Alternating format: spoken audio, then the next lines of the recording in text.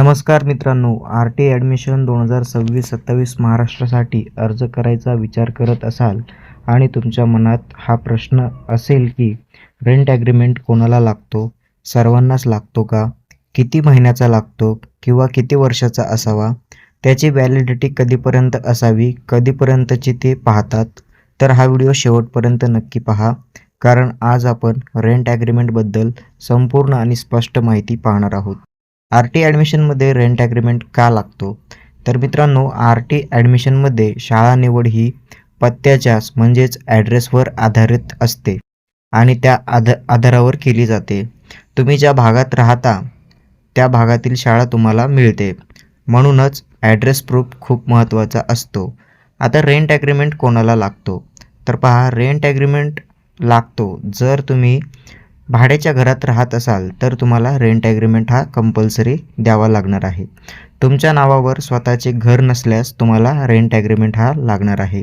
Light bill, ration card, आधार कार्डवर तोच same पत्ता नसेल किंवा तुम्ही नुकतेच घर बदललेले असेल तर अशा केसमध्ये देखील तुम्हाला रेंट ॲग्रीमेंट आहे तो लागणार आहे.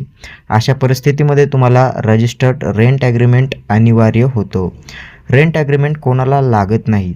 रेंट ॲग्रीमेंट लागणार नाही जेव्हा तुमचे स्वतःचे घर असेल किंवा घराचे प्रॉपर्टी टॅक्स किंवा इंडेक्स 2 किंवा 7/12 तुमच्या स्वतःच्या नावावरती असेल. घर जर असेल किंवा स्वतःच्या नावावरती प्रॉपर्टी टॅक्स आणि 7/12 असेल तर तुम्हाला रेंट ॲग्रीमेंटची गरज लागणार नाही. आधार कार्ड किंवा लाईट बिल आणि रेशन कार्डवर तोच पत्ता आहे तर तुम्हाला रेंट ॲग्रीमेंट लागणार नाही. पालक किंवा आजी आजोबांच्या नावावर घर आहे आणि पुराव्यासह जर सर्व कागदपत्रे तुमच्याकडे असतील तरी देखील तुम्हाला रेंट ॲग्रीमेंट लागणार नाही. म्हणजे स्वतःचा पत्ता सिद्ध करणारा पुरावा असेल तर रेंट ॲग्रीमेंटची गरज लागणार नाही. आता रेंट ॲग्रीमेंट कसा असायला पाहिजेत?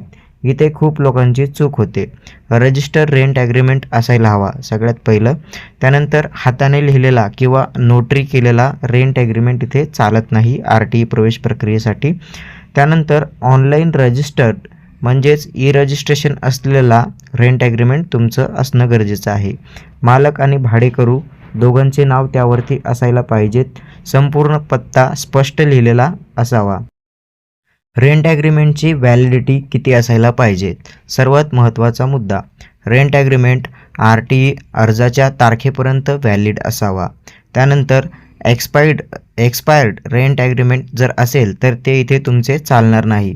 तर तुमचं आर.टीचा फॉर्म भरण्याची आणि जी शेवटची तारीख असणार आहे ॲडमिशन प्रोसेसची तर त्याच्यापर्यंत तो रेंट ॲग्रीमेंट जो आहे तो व्हॅलिड असणं गरजेचं आहे. जर तो संपला असेल तर तुम्हाला तो इथे या प्रवेश प्रक्रियेसाठी चालणार नाही. त्यानंतर किमान 11 महिन्यांचा हा रेंट ॲग्रीमेंट जे आहे ते तुमचं असायला हवं किंवा त्यापेक्षा जास्त कालावधीचं ते असायला हवं. आणि ॲडमिशन प्रोसेस पूर्ण होईपर्यंत व्हॅलिड असायला पाहिजेत. हे तुम्ही रेंट ॲग्रीमेंट काढताना व्यवस्थित बघून घ्या. त्यानंतर रेंट ॲग्रीमेंट कोणाच्या नावावर असायला पाहिजेत? तर याचं उत्तर आहे आई किंवा वडील यांच्या नावावरती रेंट ॲग्रीमेंट जे आहे ते असायला पाहिजेत. लीगल गार्डियन असल्यास त्याच्या नावावर रेंट ॲग्रीमेंट तुम्ही घेऊ शकता. मुलाच्या नावावरती रेंट ॲग्रीमेंट नाही चालणार, पालकांच्या नावावरती असायलाच पाहिजे. रेंट ॲग्रीमेंट नसल्यास काय होऊ शकते? तर लक्ष द्या मित्रांनो, ॲप्लिकेशन रिजेक्ट होऊ शकतो. लॉटरी लागूनही ॲडमिशन कॅन्सल होऊ शकतं. त्यानंतर व्हेरिफिकेशनमध्ये अडचण येऊ शकते. म्हणून आधीच योग्य कागदपत्र तयार ठेवा. काही महत्त्वाच्या एक्स्ट्रा टिप जे आहे ते तुम्हाला मी इथे सांगतो. Rent agreement plus light bill plus Aadhaar card तीनही कागदपत्रांवर पत्ता जुळत असेल तर कोणतीही तुम्हाला अडचण येणार नाही. त्यानंतर तर मित्रांनो, आर.टी. ॲडमिशन 2026-27 महाराष्ट्रासाठी रेंट ॲग्रीमेंट कोणाला लागतो, कोणाला लागत नाही, व्हॅलिडिटी किती असावी, कसा असावा रेंट ॲग्रीमेंट, हे सगळं आपण या व्हिडिओमध्ये स्पष्टपणे पाहिले आहे. जर हा व्हिडिओ उपयोगी वाटला असेल तर लाईक करा, चॅनलला सबस्क्राईब करा आणि तुमचे प्रश्न कॉमेंटमध्ये नक्की विचारा. धन्यवाद.